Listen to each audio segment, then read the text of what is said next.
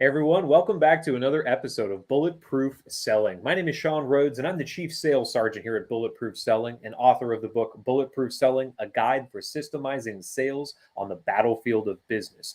Now, here at Bulletproof Selling, we believe that hope is not a sales strategy. And you might wonder, Chief Sales Sergeant, if you're catching us on the live stream, why is this dude dressed in camis? Well, former U.S. Marine. I know some people say there are no former Marines. Well, for my wife's sake, for my family's sake, I'm not gonna, like start shouting reveille at 0500 and make them all PT because I'd probably end up sleeping outside. So for this podcast case, for this live stream's case, let's just say that sales is a battle. And just like on the actual battlefields that I was able to embed inside of Marine Corps, Navy SEAL, Green Beret, and other combat troop units in, hey, it's a dangerous place. All right. Sales is stressful. There are unknown threats around every corner. We only get one shot at success, just like on the front lines. Because, hey, if you're in sales, you are on the front lines of your business. You're the tip of the spear. You are the first point of contact and often the last point of contact that a customer is going to have with your company, with your business. And that's why it's so critical that you do not rely on hope. All right. Hope doesn't work on the battlefield in combat, doesn't work in sales. And so we are here at Bulletproof Selling with the mission to help salespeople remove hope from every aspect of how they sell. What do they replace that hope with? Well, that's what we're going to find out today, because over the course of the last couple of years on this live stream show, on this podcast, we've been able to have on best-selling authors, Hall of Fame speakers, people that are out there on the front lines from around the world. We've been able to interview people from Tel Aviv, from Britain, from Africa, from all over the world, folks that are out there helping salespeople remove hope from how it is they sell. And my promise to you, the listener, the viewer, is that out of each one of these episodes, you're going to hear a sales system that you can get out there and begin to use, no matter the size of your team or the size of your goals. And when it comes to sales, one of the things that we hear most often is communication is critical. And that's absolutely true on the battlefield. If you can't communicate with the people in your unit, if you can't communicate with supporting units, you are essentially out there by yourself. And sales, by all means, is a team effort. Even if you're the only salesperson and you're the chief deliverer of what it is that you're selling, if you don't have communication with the person you're selling to, well, that sales process is going to be extended. You're going to have less of a chance of serving them, of being of real value and help to that person, their life, and their business. And when we talk about communication, because we're people, we talk about stories. So if you cannot tell a great story to your prospect about the thing that you're selling, about the benefits, the results that it's gotten to other people in their businesses and their lives, well, by definition, you're selling a commodity, you're selling features, and you will be shopped on price. So in today's day and age, with supply chain issues, with increasing competition, no matter what it is that you're selling, if we can't tell a good story, then we will be at a disadvantage, because if we can't tell a good story, we cannot communicate to the maximum potential that we are capable of. So when today's guests reach out to us and said, Sean, been seeing a little bit of bulletproof selling out there, love the idea, but hey, it's all about stories. We'd like to be able to share with salespeople how to better leverage stories in their sales. As a war correspondent myself, as a professional storyteller, I said I cannot pass this up. So it's my pleasure to welcome onto the show, all the way from Taiwan today, new country for us, Mr. Tom Jackobs. Tom, welcome to Bulletproof Selling. Hey, Sean, thanks for having me here. Appreciate it. Yes, sir. So I'd love to find out a little bit about you. I mean, obviously, it doesn't look like you were born and raised in Taiwan, or you have an exceptional accent. So in either case, love to find out kind of your life journey a little bit, what brought you to Asia, and talk to me a little bit about storytelling and sales, because of all the things that you could be teaching salespeople how to do, probably nothing is more critical than storytelling. And yet it's one of those things that we overlook so often. So talk to us a little bit about your journey through this profession. Yeah, absolutely. So I consider myself a serial entrepreneur. And basically what I think that really means is that I'm allergic to working for somebody else. I just make an absolute horrible employee. So I did spend 10 years in corporate work and logistics, and that just wasn't cutting it for me. And what really happened was, at 30 years old, I went and saw my doctor, and he said I had high blood pressure, high cholesterol. I was 40 pounds overweight, and that I needed to do something to make a shift in my life where I won't see 40. And I said, well, doc, what should I do? And he said, well, you should take these pills. So he offered 2 pills, one for hypertension and one for cholesterol. And I said, yeah, I'm not quite sure about the whole pill thing. Is there another alternative? He's like, well, you could do this thing called diet and exercise, but nobody does that. I know. Nobody does Yeah. that. See, I was like, well, yeah, I like a challenge. So that's what I did. And this is kind of a long, long story. I'm going to make it brief. They got me into sales because through that process, for a 12-week program, I went through a 12-week program to lose 40 pounds of fat, and I gained 10 pounds of muscle in just 12 weeks. Wow. Corrected my cholesterol and my blood pressure, so all normal. But during that process, people are asking me, the normal questions that people ask when they see somebody that's overweight, not overweight anymore. Like, what are you taking? What's your secret? All the normal stuff. And I realized that there was a real need for good education for people in health and fitness. So I quit my day job as in corporate logistics, and I opened up a fitness center. And it didn't happen overnight. It was about a 2-year process to go through that. But in that process, I was like, I really want to help people. But in the first 6 months of owning that business, I almost went broke because I didn't know how to sell. And definitely I didn't know how to tell a good story, especially that story that I just shared with you about my body transformation. Once I learned that key, and through lots of study and self diagnoses and just practicing, I developed my own kind of system of selling that was what I consider now kind of heart-centered selling that incorporates Hmm. the story in with it.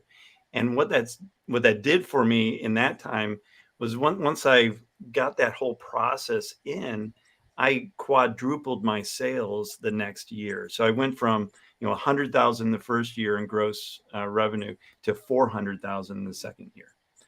And that was primarily because I learned how to sell in a consultative manner that incorporated my own transformation story.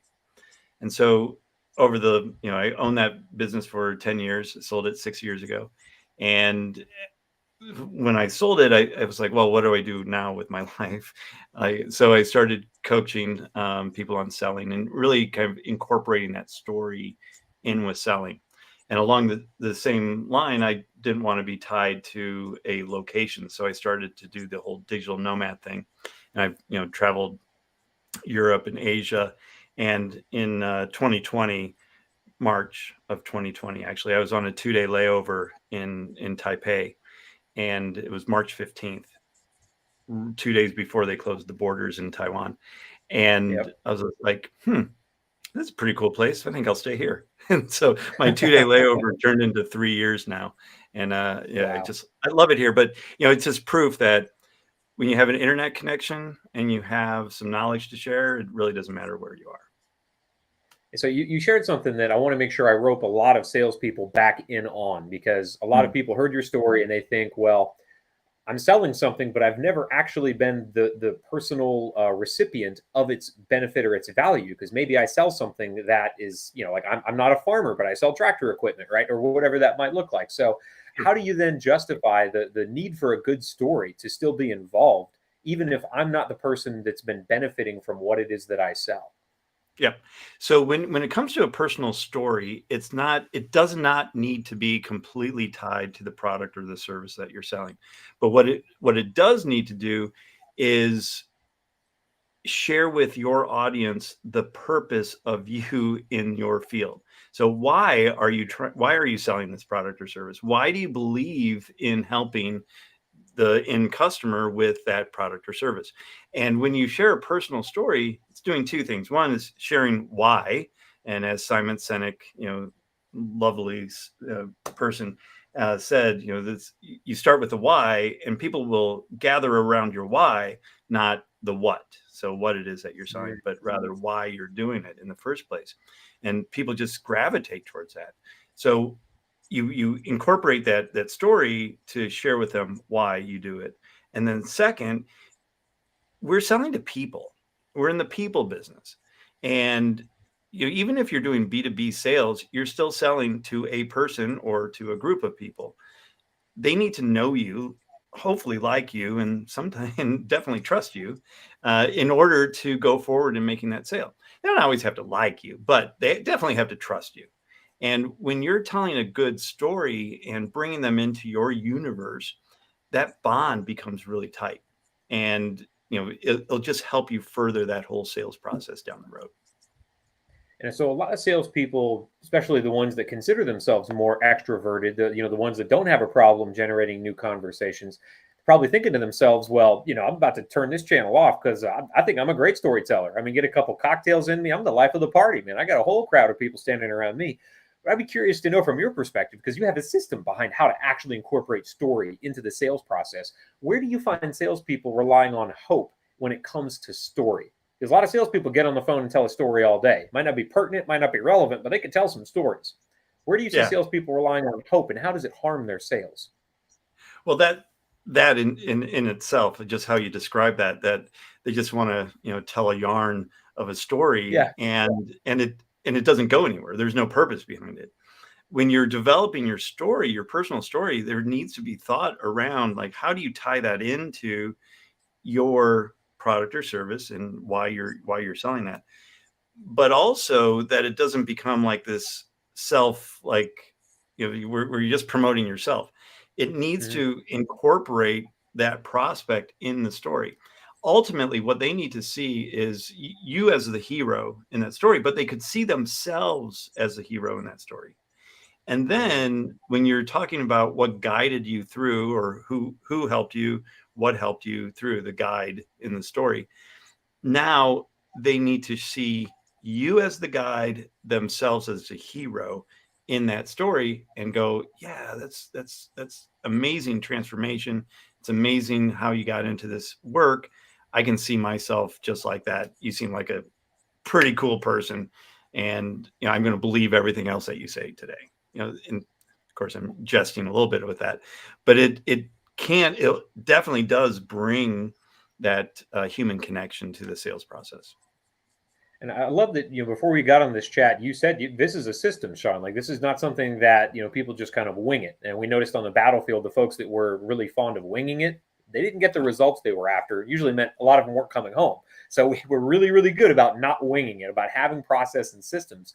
And we found that was because we could never depend on having gotten a great night of sleep or in being in the best situation, the best environment. Because, like a lot of salespeople, we're under a lot of stress personally and professionally. We've got quota to meet. We've got activity we have to generate.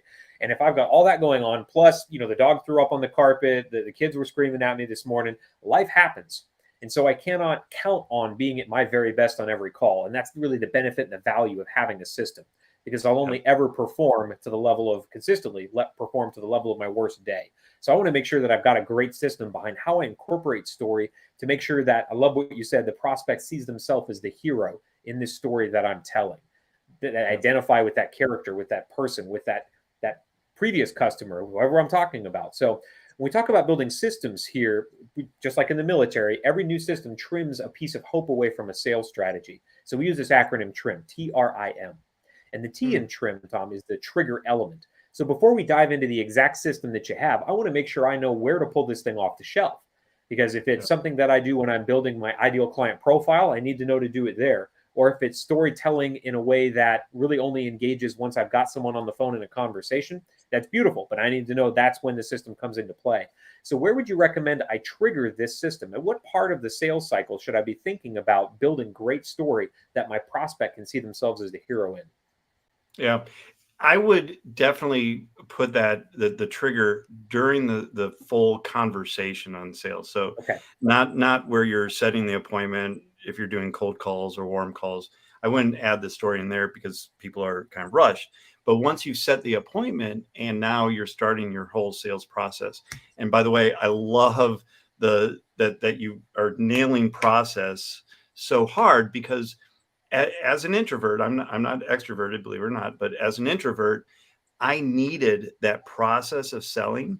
And that's what got me to a 95% close rate for most of my 10 years in the fitness industry, and beyond, when I was selling other things, because I consistently followed that process. And anytime that I did not follow that process, guess what? Didn't make a Didn't sale. get the results. Yeah. Right.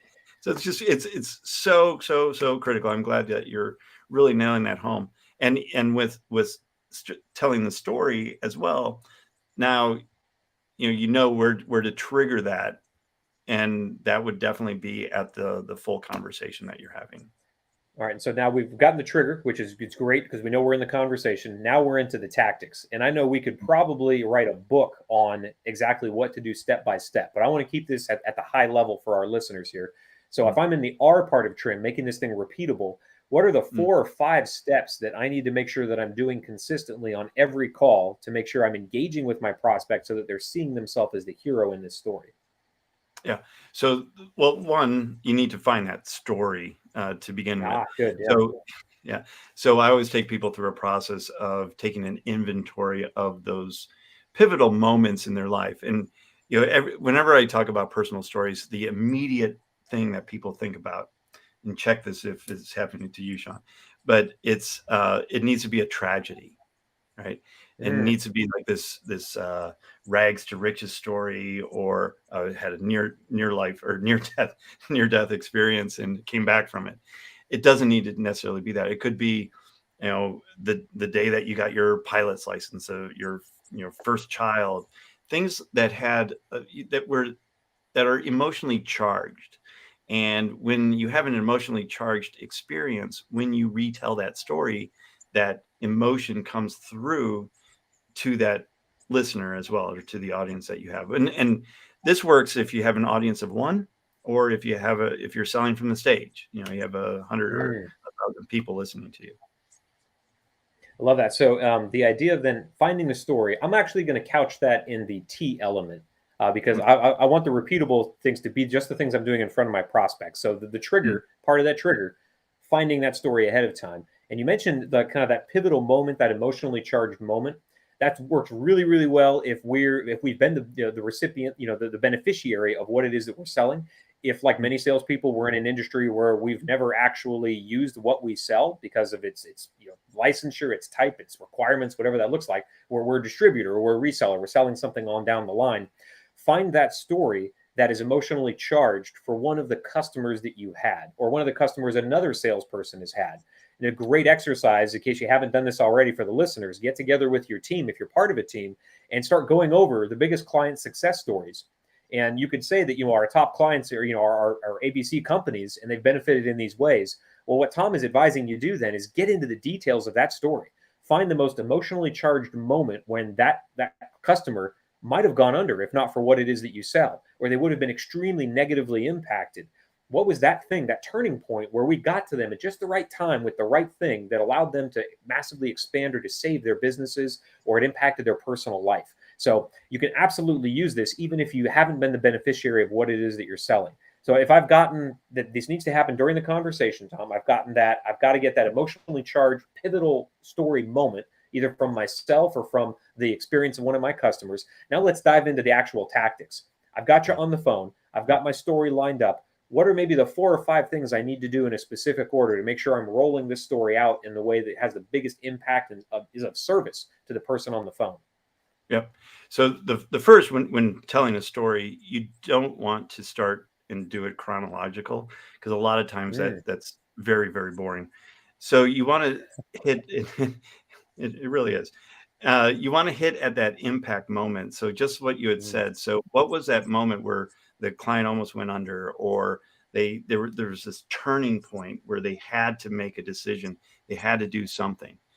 That is that's where I would start the story. And then you back that up with what got them to that point where they had to make a change. So that's step number two. And then step number three is, what was the process to go through and change them? Or what did you do to help them change? And then the last step, the fourth step, is what was the result that they got from it? And that's basic hero's journey, skipping a mhm. few you know things along the way, but those are the main points of creating a hero's journey. Is that impact moment, what was happening before to get them to that problem, how you help them solve that problem, or how you solve the problem yourself, and then ultimately what the result was once it got resolved. And what do you do then to engage the person that you're talking with to allow them to see themselves as the hero? Because obviously, semi-conscious human being could hear that, a story of someone with my job title and my position and make the connection. But I'd be willing to bet you don't leave that to chance. So what do I need to do to make sure that my prospect sees themselves in the hero's journey inside of that story? Is it a follow-up step? Is it asking them some questions about, how that might impact them if they were in that situation, or how would they appreciate the results that that person achieved as well? How do you make sure that you're really building your prospect into your story? Yeah. So when telling a story, you always need that call out to the prospect to, one, Mm-hmm. make sure that they're listening to you, but also to get them involved in the story. Just like what you said is saying, and this is a common callback that I always use or call out is, perhaps you're experiencing this very same situation that XYZ company did as well. And then you go through the problem and the solution and ultimately what the result was. And that alone, they'll go, yeah, that is what I'm experiencing. And of course, prior to that meeting, you've done your research. So you know what Mm-hmm. story to use, or what, either if that's your personal story or if it's a client success story, you should know based on who that prospect is, what story to bring to the table. And I like the idea of what story to bring to the table, because obviously you don't have to have just one story. If No. you identify the top, let's say, 5 types of clients or prospects that you would normally put through your sales process, to have a story for each of them, something that specifically applies to somebody with their job title or their size of company or whatever that differentiating element is for you, to have a story for each of them means that now you have a quiver of stories that you could pull out in the sales conversation and make sure that you're hitting the right target. So it's brilliant to have that lined up. We've got the trigger, making this repeatable. Now, in the military, Tom, we realized that whatever we were going to use would quickly become outdated because we were dealing in a very fluid environment. Sales is not static, combat is not static. If we used a tactic, we could count on our enemy adapting to it pretty quickly. So we had to make sure that we were constantly improving. And that's the I in trim, making sure that our systems are improvable. So, how would you recommend salespeople improve the stories that they're telling or the impact that they're having on the people that they're telling them to? What weekly or monthly or quarterly or annually process should I run my stories through to make sure is this thing still having the impact it's supposed to? Yeah. I think that needs to be a part of the overall review of the sales call. So one thing that I Mm, have all the people that I coach in sales do is always do an after action review. Is that a yeah. good military term? So of every sales call to, identify the 5 different areas of the sales conversation, story being one of those, and rate themselves on a scale of 1 to 5, 5 being the best, where they think that they fell within the overall sales conversation, so that they're constantly reviewing good calls as well as bad calls, Mm, and they're learning what's working, what's not working, and then constantly changing and adapting. Because you can oftentimes, maybe you're telling the same story, but you're telling it just a little bit different, but that makes all the difference in the world. And you yeah. find that, wow, the conversation really took off after I made this small tweak. I should continue to do that. And if you're not doing that after action review, then you're missing the whole, opportunity to make some improvements. Do you have any guidance on length of story? I mean, obviously, it's going to depend on the industry. If you're speaking to somebody that's an engineer, that could be a long story, and they might be with you every step of the way if there's enough data involved. But maybe they're a type A, a hunter, and you have 2.5 minutes if you're lucky. So I'm just Yeah. curious, how do you judge length of story as you're setting these things up? Yeah, so we always prepare, the elevator story. So it's 1 to 2 minutes, a 5 minute Mm. story, and then a 15-minute story. So if you're doing like Ah, a interesting. keynote address, I always, Yeah. and believe it or not, it's really, really difficult to get that story down to 1 to 2 minutes. So we always start with the long version first, and then cut it down from there to get the shorter versions. Well, that's smart. And that might be another way to improve. If you notice that you're losing people and you're a quarter of the way through the story, maybe I need to accordion this thing back down and see if that has a similar effect. So it's brilliant that you mentioned take a call review as a serious after action step. Because a Yeah. lot of salespeople think that they're great storytellers and they say, yep, the story about Bob doing X, Y, and Z. I told that story. Well, if you really listen to your calls, you've told it 5 times on the last 5 different calls, and they've all been different. Okay. Right. So we got to figure out how to make that a little bit more consistent so that we know if it's landing in the right way. or at what point are we losing somebody on that story? So we make sure we go back and adjust just that little part of the story to make sure we're hooking them back in, keeping them on the ride. So great elements. We've got making this, of course, the trigger element, making it repeatable, making it improvable. Now the M in trim, really critical to salespeople, really critical to the military, which is measuring. If I'm taking the time to sit down with my team and build these stories out, I'm taking the time to do my after action calls on my call reviews, seeing where I'm losing people in my story. This could take up a little bit of time that I might otherwise just be smiling and dialing. So I need to justify the use of my time here in this systems build for really leveraging story well. What do you recommend that I measure? Should it be just gross sales? Should it be leading indicators like engagement or callbacks or return emails or phone calls? What am I measuring to make sure that my prospect is indeed seeing themselves as the hero in my story? I'd like to keep it really simple, just your close rate. So Okay. is your close, as you integrate these stories into your sales call, is your close rate increasing or is it decreasing? Um, you know, Ideally, it's going to be increasing as you get better and better with your storytelling. And a secondary measurement could be engagement. So how, and this is kind of a nebulous term sometimes to really kind of grasp at, but are they is that every time you call that contact, are they picking up the phone? Are they engaged with having a conversation with you? Are they friendly to you, or are they completely blowing you off? Once you, when you're telling a good story, that prospect should ultimately become a friend of yours, because now you're sharing a lot with them and it seems somewhat personal, and there should be a mutual respect for each other, so that as you're doing further follow-ups, they're answering a call, you're talking about what happened over the weekend and your families and things like that, and you're developing a professional relationship with somebody. And as someone that's focused a lot on stories myself, I'm curious if you map this far out in your stories, do you define what you need the effect of the story to be as you're constructing it?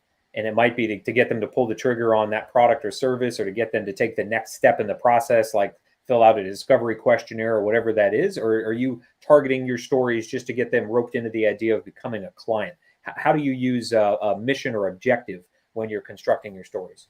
Yeah.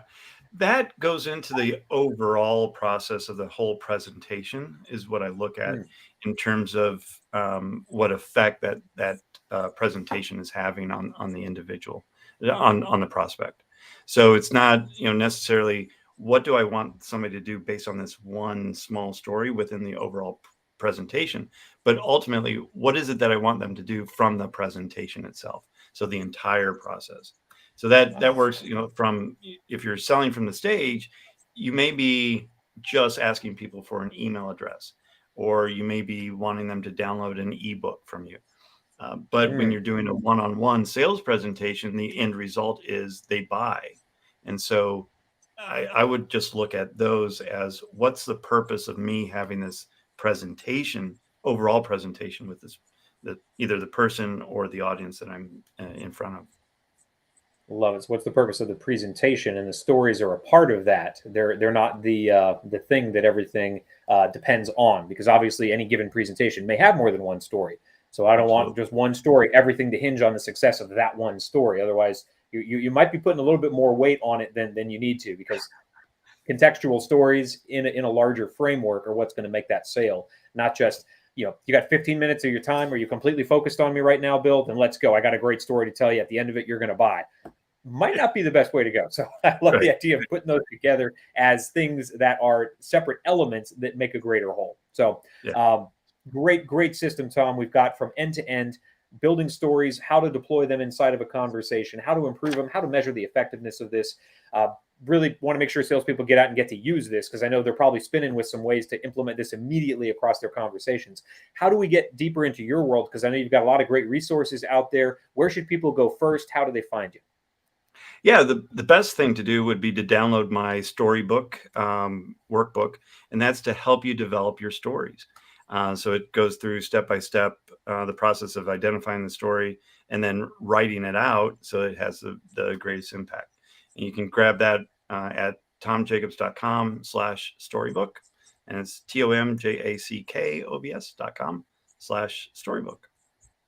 Awesome. And we'll make sure that we're tagging you up on LinkedIn so people can get connected with you there, Tom. Great system end to end. So I really appreciate you bringing that type of philosophy to bulletproof selling. It doesn't happen often that we get someone that isn't systems oriented here, but when someone is already systems oriented, boy, that makes this job really, really easy. So for all of us here on this side of the world, on the Western Hemisphere anyway. Love for everybody, no matter what country you're listening to this in, actually. If you are catching us on YouTube or you want to see the live stream version of this, it always contains some great stuff that's additional to what we're able to produce inside the written sales system. Make sure you're hitting the subscribe button on the YouTube channel, Bulletproof Selling. If you're listening to us on iTunes, Stitcher, Spotify, anywhere that podcast can be found, best thing you can do, give us a rating, give us a review so that salespeople know we don't have to rely on hope in this industry. It's not the best way to go, even though it is what a lot of us fall into by default.